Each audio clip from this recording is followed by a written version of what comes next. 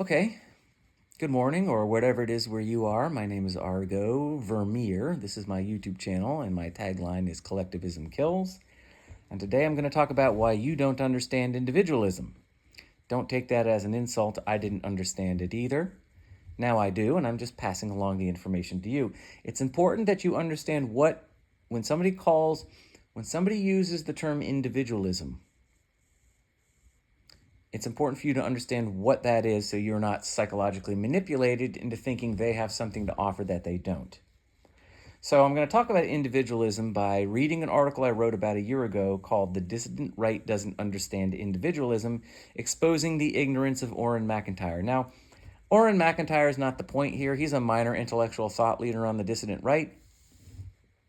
I haven't really been keeping up with anything he's done in the last couple years. I think his politics are nonsensical. I think his metaphysics are nonsensical, as I will explain in this article. And so there's really no point in me keeping up with what he's doing because I disagree with him on the fundamentals, so he has nothing to offer me.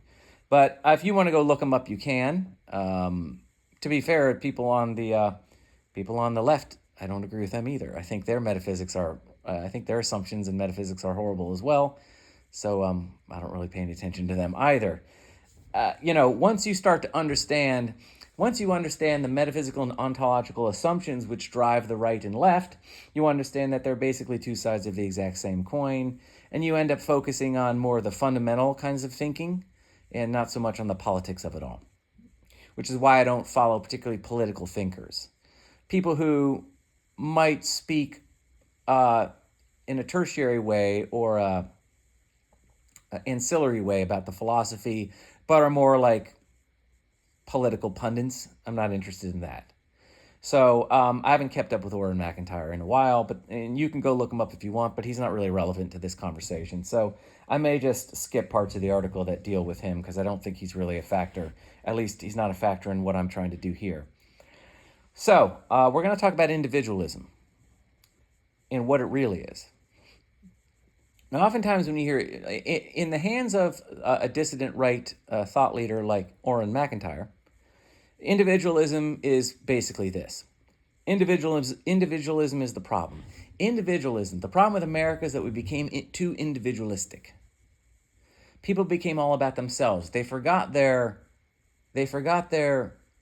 collective responsibility to the nation, to the Constitution. Became all about me, the me generation. Everybody's just worried about themselves. Everybody wants to be an individual. Everybody wants to be different. No one wants to be part of a group, and particularly the group in question that we think you should be part of is the group of people we call Americans. Americans meaning people who adhere to the fundamental principles of the Founding Fathers and the Constitution. This is the collective responsibility we all have. Individualism came along and killed it.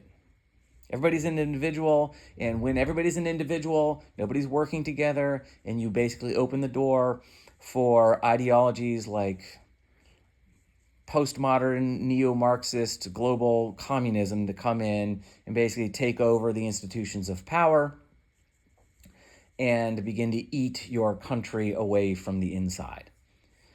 That's kind of the definition that someone like Orrin McIntyre is using and why I wrote this essay. Because that definition is it's complete nonsense. Individualism has nothing to do with what's happening in this country whatsoever. Because individualism could never be responsible for any kind of globalist neo-socialist movement.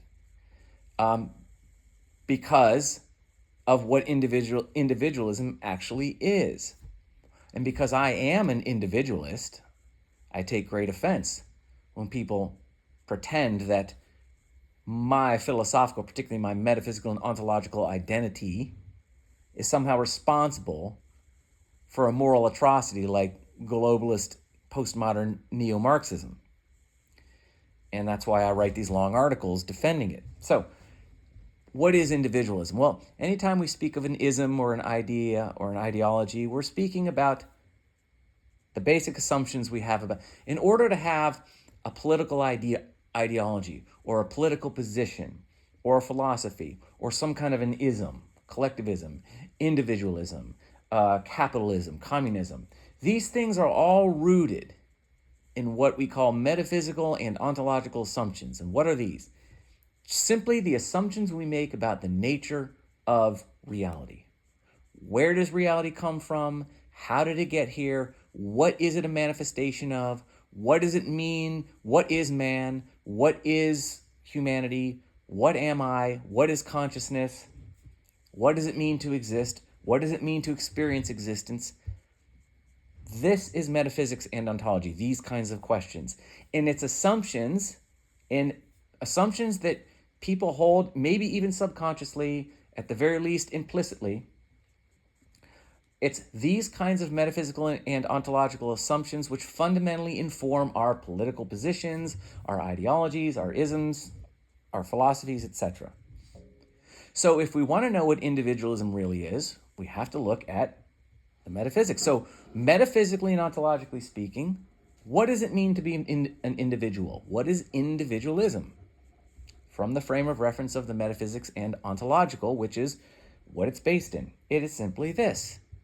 Individualism simply says that you, me, yourself, myself, capital S, me, capital M, you, capital Y, you qua you, me qua me, myself qua myself, yourself qua yourself, that singular conscious frame of reference, that singularity that makes you you, that makes you not merely a collection of parts, organs and tissue and neurons and particles and whatever.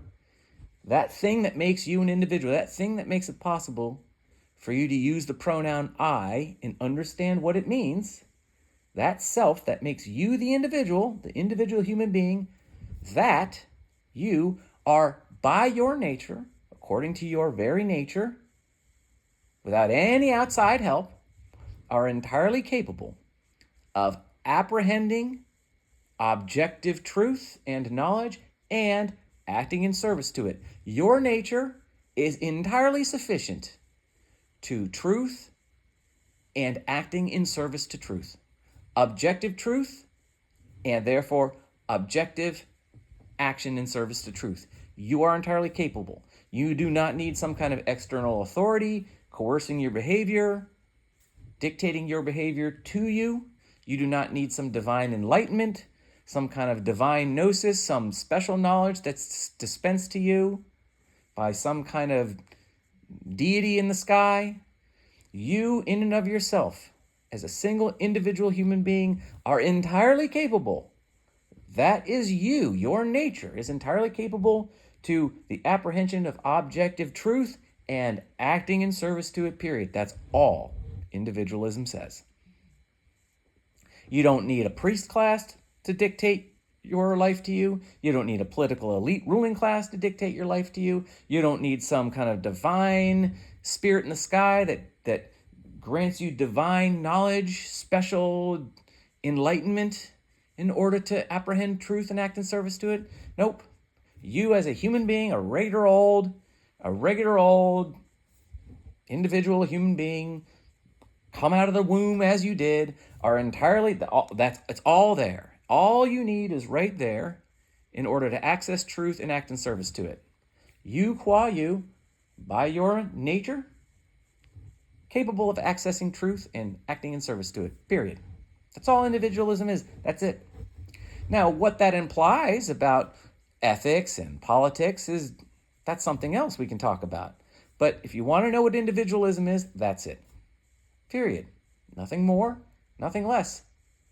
The idea that it implies anything necessarily beyond that is a smokescreen, ultimately. It's a conveyance for somebody to to psychologically manipulate you to get them to sell you something that you probably don't need. Okay? Now, on the other hand, you'd have what's the opposite of individualism? Well, it's collectivism. Now, you'll notice that the tagline on my YouTube channel, Argo Vermeer, is collectivism kills. Obviously, I'm an individualist. I submit that individualist metaphysics are objective. They are the real. The real metaphysics, the real ontology, the actual objective, truthful, rational metaphysics and ontology side with individualism. Collectivism and the metaphysics and ontology which collectivism is rooted in are a lie. What are the collectivist metaphysical? What are the collectivist metaphysical and ontological assumptions? Just the opposite of what I just said. The individual, according to collectivist metaphysics, is insufficient in his nature to the apprehension of truth and acting in service to it. He needs an external authority dictating his behavior to him. He needs some kind of divine enlightenment for him to know anything and therefore do anything. He needs a priest class and or a political ruling class to dictate the terms of his life according to a law that they alone can enforce. That's collectivism. That you, little old you, as you come out of the womb, are insufficient. It's not enough. There's not enough there in you, qua you, to actually know anything real and do anything. You can't know anything real, and therefore you can't know how to act. That's collectivism. That's basically it. Sum and substance. The individualism says the individual is capable of apprehending truth and acting in service to it according to his nature. Collectivism says the individual is insufficient to apprehend truth and act in service to it according to his nature. That's it. Nothing more than that. That's what individualism is versus collectivism. That is individualism and collectivism in a metaphysical and ontological nutshell. So let's talk about individual, and let's expand on that by going through this article that I wrote about a year ago. And okay, and I'm gonna skip the first part. This article is on my blog, by the way. I think I wrote it like July of last year of 2023. So if you want to read it, you can. But at any rate, I'm going to go ahead and read it, and I'm just going to expound on the ideas of individualism versus collectivism. And I hope this, look, if you understand the metaphysics, they will lead you. Part of what I do here is to explain the metaphysics and ontology of ideas to people and to show you where they go. But quite frankly, if you know the metaphysics, you know where they go.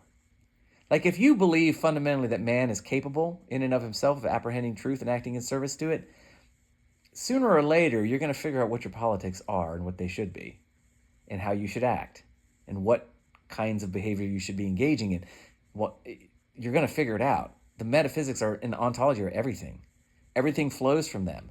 If you have, and you can articulate your own metaphysics and ontological ideas, you will know automatically what your ethics should be, what kinds of things you would consider to be true and not true, what your politics should be, etc. I'm going to do that. That's what I do. But do you need me to do that? The reason I focus on the metaphysics and ontology is because that's basically all you need. If you know you're an individualist, you're going to know sooner or later. It's just going to come natural. You're going to have ideas about how you can act, how you should act, how you should think politically. You're going to figure that out. And if you're a collectivist, you'll do the same thing. It's always the metaphysics. They're always the most important. So I don't really know where I was going with that. But anyway, all right. So let's talk about individualism here. Oh, I was just saying, I hope you find this information interesting. It will be educational to you if you take the time to listen, and you may have to listen a few times because this is not easy. I didn't say it was going to be easy, but if you listen a few times, you'll start to understand it. And then I think whether you like it or not, it will be educational for you. But, my blog and my YouTube channel are never going to be popular because it's a place where you have to come and think. And, fair enough. I don't have graphics and music and all these kinds of fun things to look at while you listen. It's just academic. And so I know that's just not appealing to people in this day and age. It's complicated. It's thought-provoking. It involves a lot of thinking. These are hard.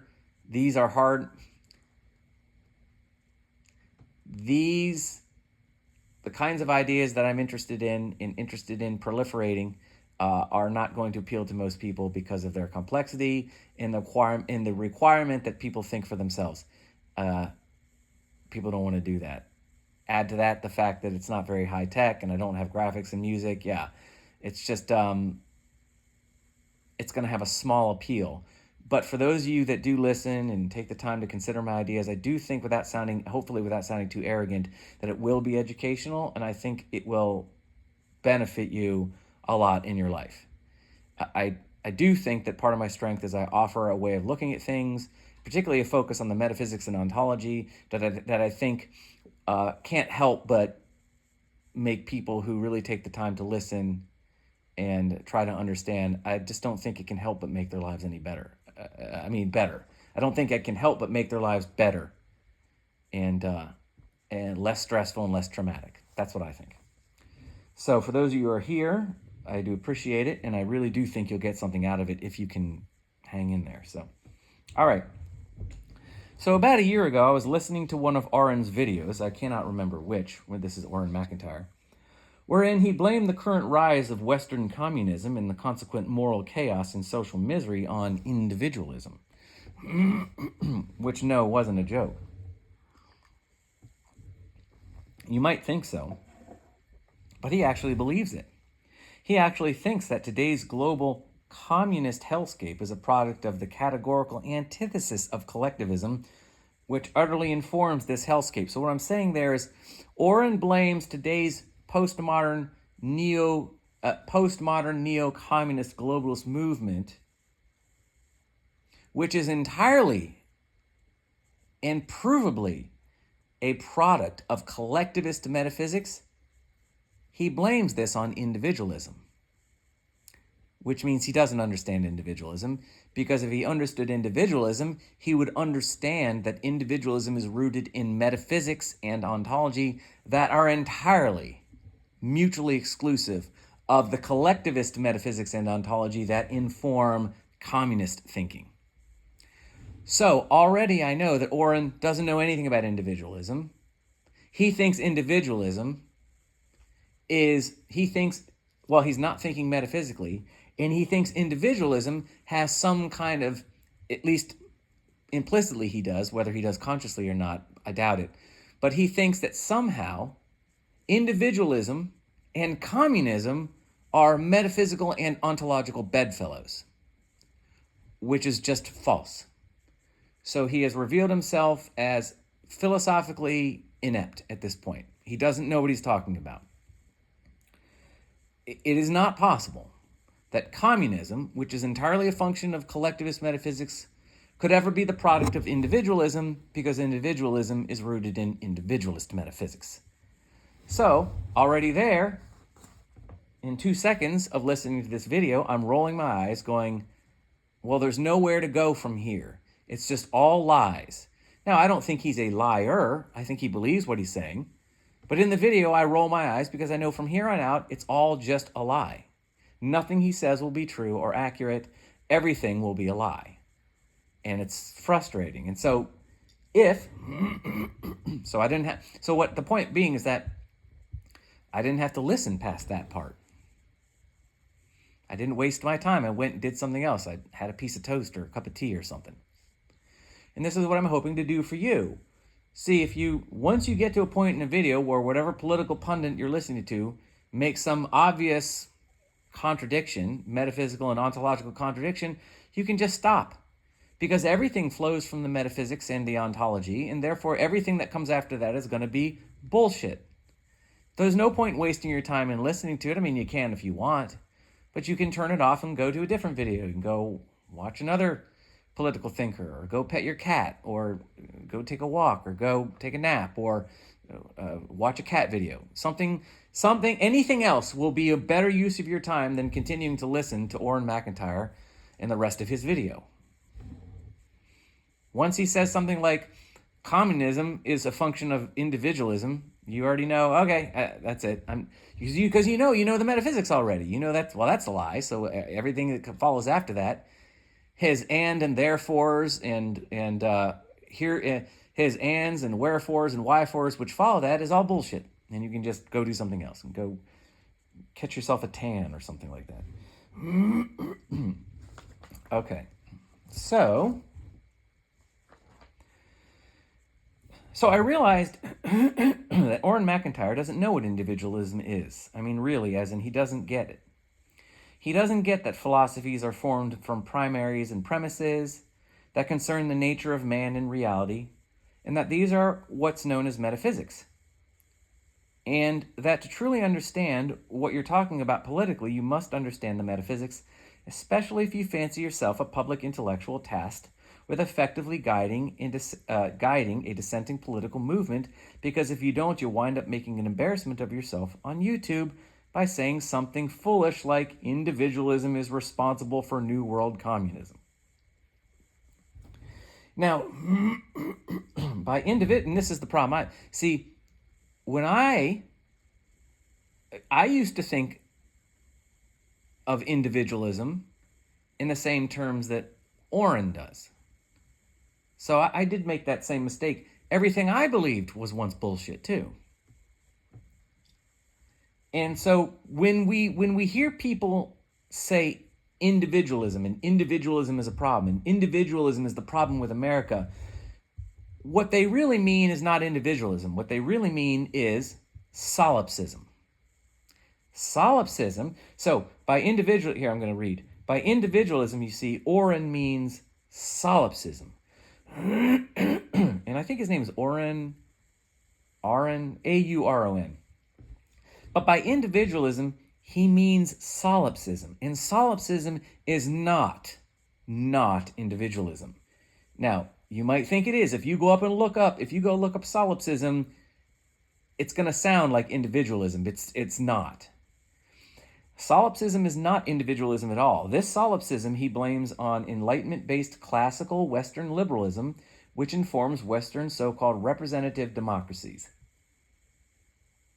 Now, you might be surprised to learn I actually agree with Orrin that this kind of thinking is indeed the root of the West's current political trauma.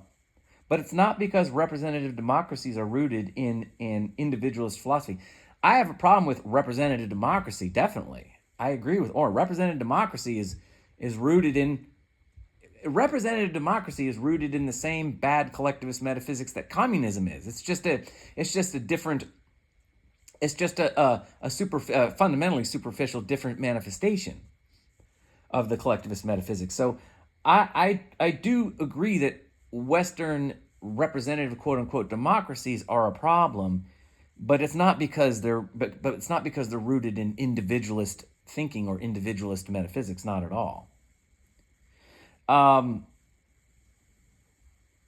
I believe that the Enlightenment philosophy, which spawned classical liberalism and the New Atheist movement, which is its own philosophical and moral atrocity, it's its own intellectual atrocity. The New Atheist movement is an absolute rational disaster from top to bottom, and it's not hard to see why. But, well, if you look at my video series on atheism, you'll see why that is. But the Enlightenment philosophy, which spawned classical liberalism, which in turn spawned the Western representative quote-unquote democracies, which are now morphing into a global communist tyranny, it's not, in fact, this Enlightenment quote-unquote philosophy was not individualist. The whole idea of John Locke, the individual is the smallest political unit, and the state should consider him thus, and government should be based on the interest of the individual as the smallest political unit, blah, blah, blah. This is not individualist metaphysics. It's not. This kind of Enlightenment thinking, Enlightenment philosophical political thinking, it's actually not individualist. It's actually an inevitably failed attempt to synthesize individualist ethics with collectivist metaphysics. So you have a collectivist metaphysics where they describe the individual as insufficient. So, as I said before, collectivist metaphysics and ontology describe the individual as in his nature insufficient to the apprehension of truth and therefore acting in service to it. And we're going to combine those metaphysics with the idea that nevertheless individuals should have rights and freedom. So we're going to have governments which are entirely collectivist institutions. All governments are ineluctably rooted in collectivist metaphysics and ontology, period, full stop. There is no government. There is no such thing as a government anywhere of any kind that is not fundamentally rooted in collectivist metaphysics, period. No such thing. And these collectivist metaphysics say that the individual must be governed. Why? Because the individual in his own nature is incapable of acting in service to truth and apprehending truth, and therefore he must be compelled into right thinking and behavior by a political ruling class. Now, there's a whole host of rational atrocities that are wrapped up in this thinking, but nevertheless, these are the metaphysics in the thinking that underwrites all government. So we have these kinds of metaphysics and ontology underwriting these kinds of institutions, which are nevertheless going to promote the individual as though he is somehow capable of being free, that he is somehow capable of thinking for himself and choosing for himself. That is why we have the collapse of Western democracy, because you have this attempt to synthesize mutually exclusive metaphysics. You have governments rooted ineluctably in collectivist metaphysics trying to govern the individual as if individualist metaphysics are the correct metaphysics. They're trying to govern the individual from a frame of reference that says the individual is not capable of thinking for himself and acting properly.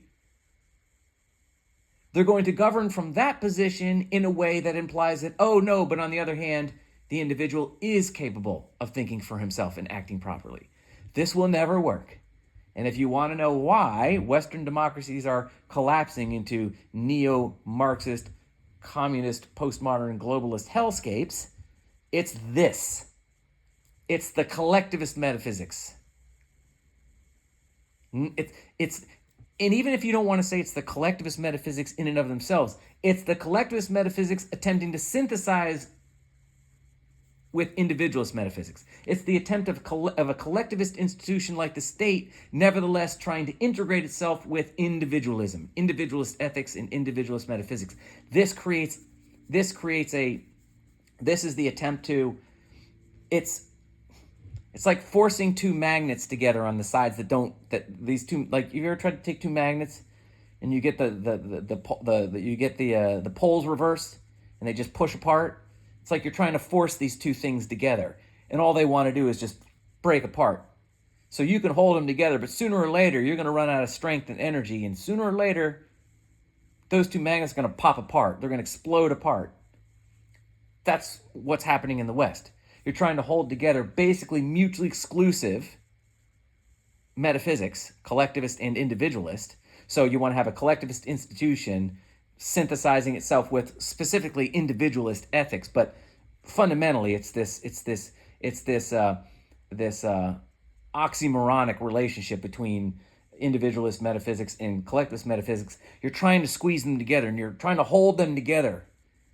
And you can hold them together for a while. You can have a collectivist institution governing under the auspices of providing leadership, providing freedom and liberty and individualist rights and blah, blah, blah, blah, blah. And you're going to kind of hold it together, but sooner or later you run out of strength and energy, and those two magnets that you're trying to squeeze together, they're going to explode apart. It's going to happen. And that's what we're seeing. That's the problem in the West, not individualism.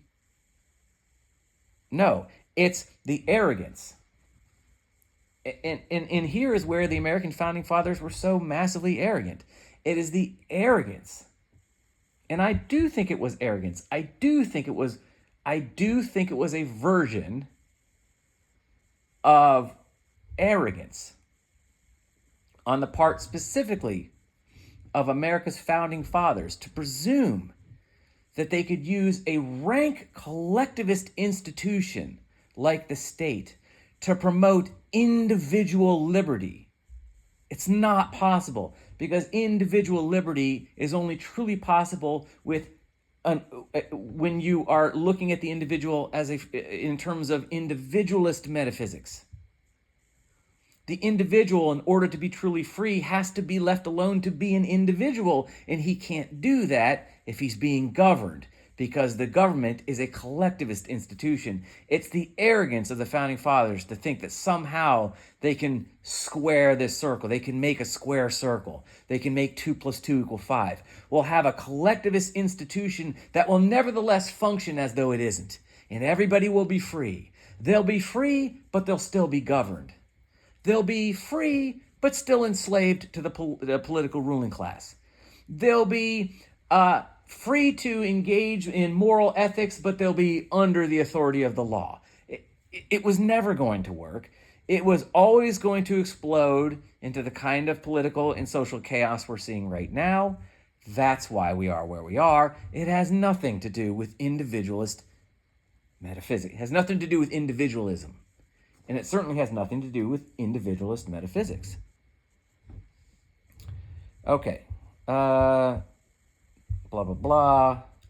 I don't think I'm going to read through all this, but... all right. Well, okay. So, and I'll talk about solipsism here in a minute. I'm just trying to figure out how much further do I want to go on here. Yeah.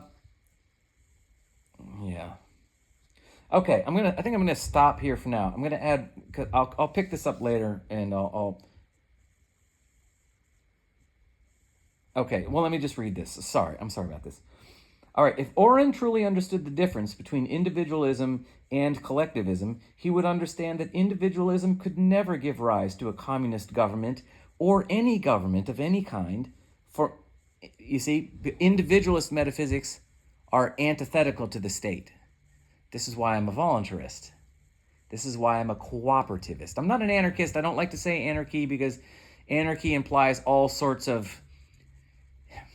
Listen, you can't smuggle in implicitly any kind of violence or chaos to a term like voluntarism and cooperativism. I think I just made that word up. These two, to describe my way of my political ideology as voluntarist or cooperativist, there's nothing chaotic or violent at all to be found in those two terms. You say anarchy, and there's a whole host of problems that comes with that term. I mean, anarchy technically does mean a stateless society, which is what I'm all about. But when I say stateless society, I mean what kind? I mean a voluntarist in a cooperative society, not a communist one necessarily. Not a communist one, voluntarist, cooperative. That's the kind of anarchist society that I think truly promotes human nature. I like to stay away from anarchy because you have to be more specific, I feel. And anarchy leaves too much room for violence and chaos. Anarchy simply means a stateless society. It might even mean something like rules but no rulers or something like that. But that's not specific enough. So I don't call myself an anarchist. I'm a voluntarist. People cooperating together, working together for mutual benefit. Promotion of the individual self, and by rational and corollary extension, the promotion of their neighbor. Mutual benefit, cooperation, voluntarism, voluntary contracts, cooperation. That is the kind of social arrangement that most promotes human nature, in my opinion. So, this is where individualism leads. Individualist metaphysics lead to a stateless society which looks voluntarist and cooperative. Now, I know you think I'm crazy and blah, blah, blah, blah, and oh my gosh, without rules, without government, it would be moral chaos, it'd be moral atrocity, humanity would collapse in a sea of its own depravity, and blah, blah, blah, blah, blah. Those are your metaphysics talking. If that's your immediate thinking, if your immediate thinking is that could never work, Argo, it's because you're a collectivist. You think that fundamentally human nature is insufficient to the apprehension of knowledge and acting in service to it. You do. I'm not going to get into the reasons why, but if that's your mindset, you're a collectivist. You want to rid yourself of that. That's a lie.